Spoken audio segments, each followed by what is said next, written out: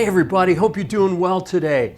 Question for you. How do you want people to treat you when you make a mistake? When you mess up, when you fail to complete something, when you really screw it up? How do you want people to treat you when you make a mistake? Hi, I'm Kelly, a pastor, police chaplain, marriage coach, and author of the book, Turn It Up, How to Have the Lifelong Marriage That You Really Want.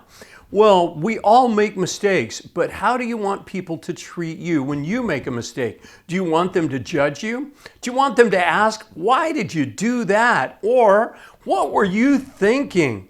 Do you want them to show their disappointment in you? Do you want them to speak harshly to you or send messages of condemnation? Probably not. I certainly don't want that. I would rather them, and I bet you would rather that they would, understand that you're not perfect. Acknowledge that we all make mistakes.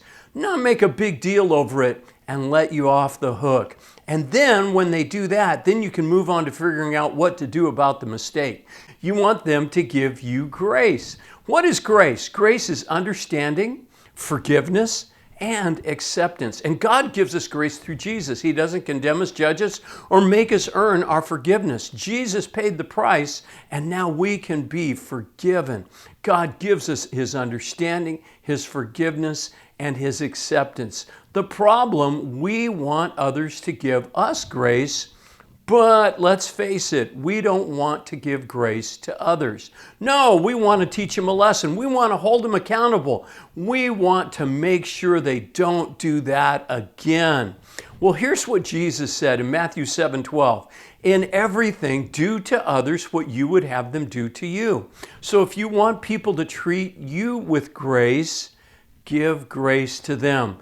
And then ask them to give grace to you when you mess up. You may say, well, I give grace all the time, but my husband keeps making the same mistake and hurting me. Well, the Bible tells us that Jesus came full of grace and truth. And then it tells us to speak the truth in love. So maybe that's what you need to do, is speak the truth in love along with your grace. And I've covered that in another recording that's on this channel, so check that out. But for now, I want to encourage us and invite us in your marriage, as well as in all your relationships with your kids, co-workers, maybe even your boss, certainly with your friends.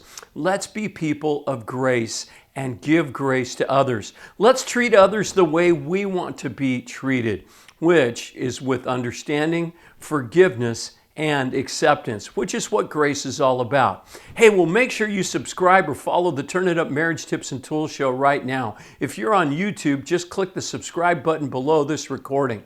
Hey, and if you want more help, type in turnitup.coach/75 and I'll get you, that'll take you to a link where you can get my book, Turn It Up, How to Have the Lifelong Marriage That You Really Want, for a 75% discount. And if you go to my website, turnitup.coach, you can also book a free clarity call with me. And in this clarity call, we're going to talk with you and your spouse and figure out what's going on and what needs to be fixed or changed or improved, repaired perhaps in your marriage, because I want to see you move forward and have the great marriage that God wants you to have. So book a free clarity call with me and I'll be glad to help you out and get you a free roadmap of some three different things that you can work on in your marriage to make it stronger and to make it what you really want it to be. Well, that's it for now. Thanks for watching this episode of the Turn It Up Marriage Tips and Tools show. May God bless you. May God bless your marriage and keep turning it up.